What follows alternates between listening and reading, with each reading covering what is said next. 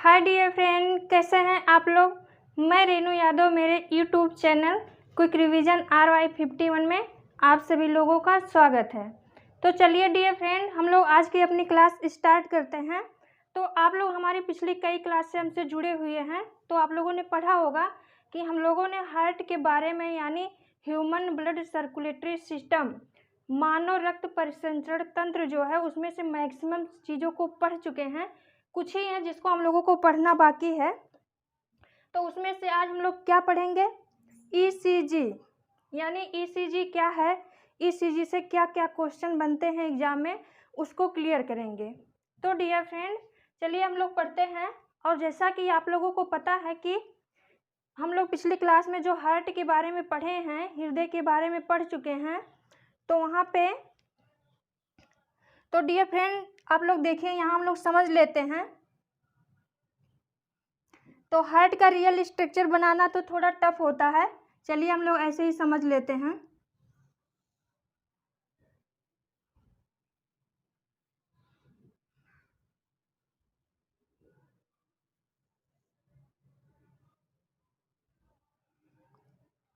तो dear friend आप लोग यहाँ देखिए, आप लोगों को पता है कि हार्ट में 4 चैम्बर होते हैं यानी 4 कक्षक होते हैं। कौन कौन से होते हैं, 2 अलिंद और 2 निलय।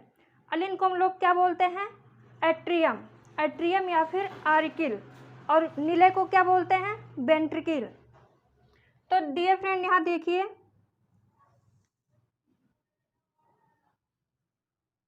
और ये जो हार्ट का ऊपरी पार्ट होता है दोनों, इसको हम लोग बोलते हैं अलिंद, और नीचे वाला जो पार्ट होता है उसको हम लोग क्या बोलते हैं, निलय।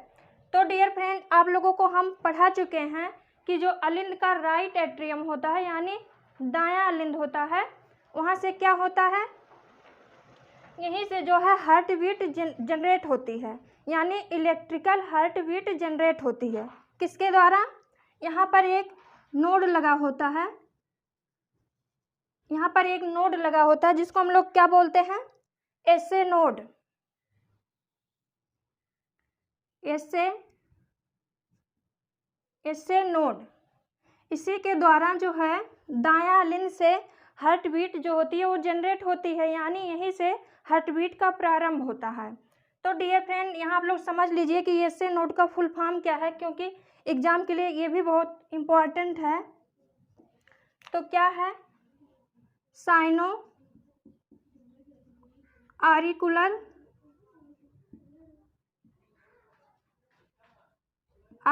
नोड। यहाँ पे डियर फ्रेंड ये जो आरिकुलर आया है, एट्रियम को आर्किल भी बोला जाता है, तो ये वहीं से निकल कर आया है।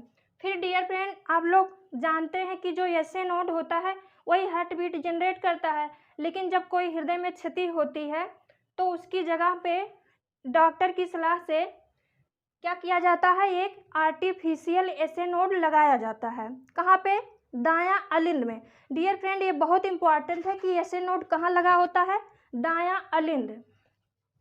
तो इसके जगह पे एक आर्टिफिशियल एसे नोड लगाया जाता है, आर्टिफिशियल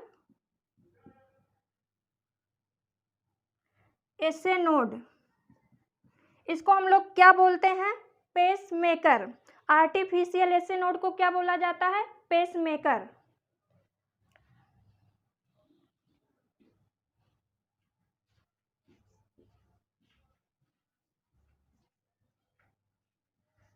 तो डियर फ्रेंड इस पेस मेकर को हिंदी में क्या बोलते हैं, गति प्रेरक, गति प्रेरक।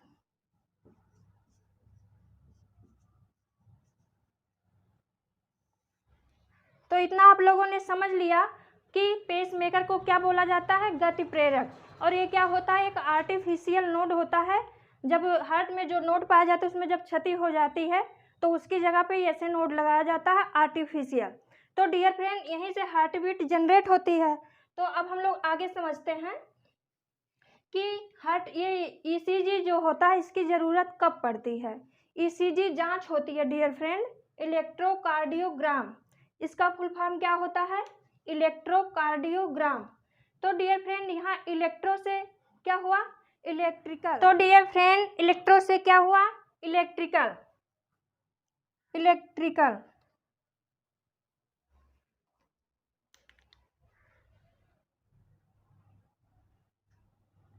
इलेक्ट्रिकल। और कार्डियो से क्या हुआ, हार्ट, यानी कार्डियक शब्द जो होता है वो हार्ट के लिए इस्तेमाल होता है डियर फ्रेंड। और ग्राम से क्या हुआ, प्रोडक्शन ऑफ वेव।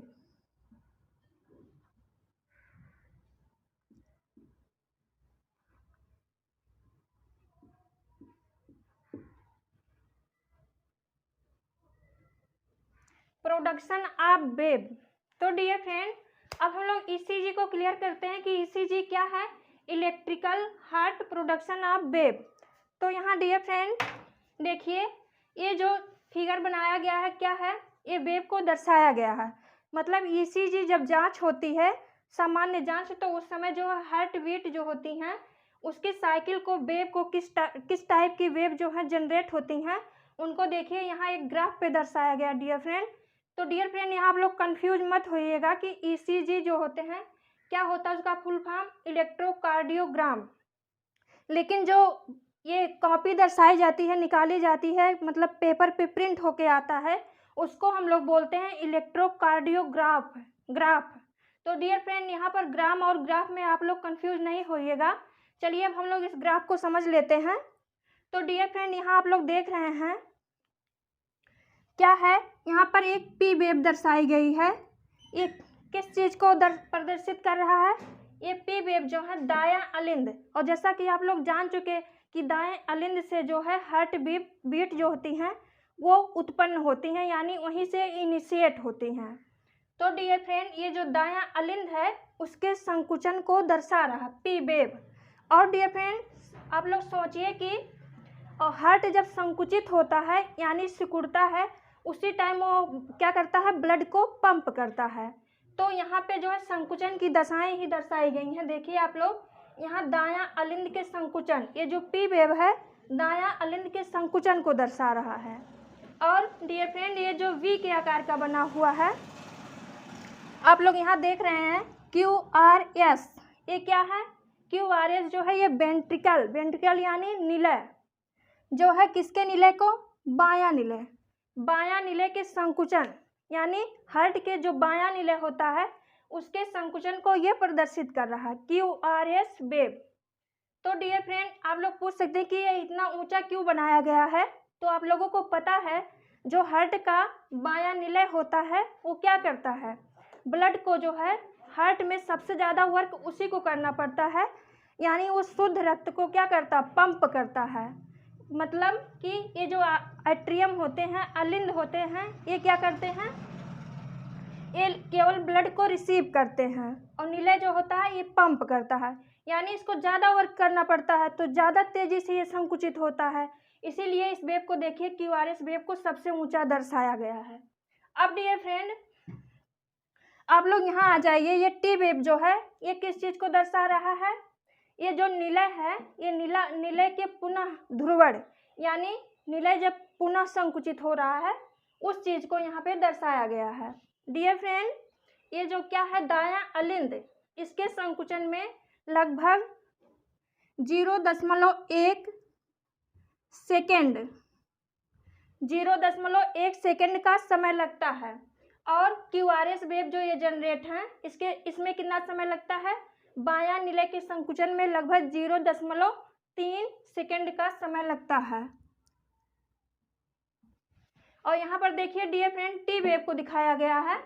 तो ये क्या है, निलय का पुनः ध्रुवण यानी रिपोलराइजेशन ऑफ वेंट्रिकल को दर्शाया गया है। इसमें कितना समय लगता है, 0.4 सेकेंड। तो इस ग्राफ को हम लोग क्या बोल सकते हैं, PQRST ग्राफ। देखिए PQRST ग्राफ। तो डियर फ्रेंड आप लोगों ने इतना समझ लिया। और इसके जांच के समय डियर फ्रेंड जो पेशेंट होता है उसके बॉडी में जो है 12 तरह की लीड लगाई जाती है। ये भी क्वेश्चन बनता है कि ECG के समय कितनी लीड की आवश्यकता होती है, 12 लीड। और डियर फ्रेंड यहाँ से सिर्फ ज़्यादा क्वेश्चन तो ऐसे नहीं बनेंगे, लेकिन जो बनेंगे वो इम्पोर्टेंट। ECG की जांच किस लिए की जाती है, हार्ट के जांच के लिए। ईसीजी का तो डियर फ्रेंड ईसीजी का फुल फॉर्म क्या हुआ? इलेक्ट्रोकार्डियोग्राम। बस इतना ही है। और यहाँ से क्यूआरएस वेव होता है। अगर डियर फ्रेंड इससे क्वेश्चन बनेगा भी तो वहाँ पे ग्राफ दिया रहेगा और वहाँ पे ये पूछेगा कि कौन अलिंद के और कौन निलय के संकुचन को प्रदर्शित कर रहा है। और यहाँ से अगर और डियर फ्रेंड यहाँ से भी क्वेश्चन बन सकता है कि ये जो एसए नोड लगा होता है कहाँ पे लगा होता है, यानी हार्ट के किस चैम्बर में लगा होता है? तो हार्ट के किस में लगा होता है? दायां अलिंद में, दायां अलिंद में।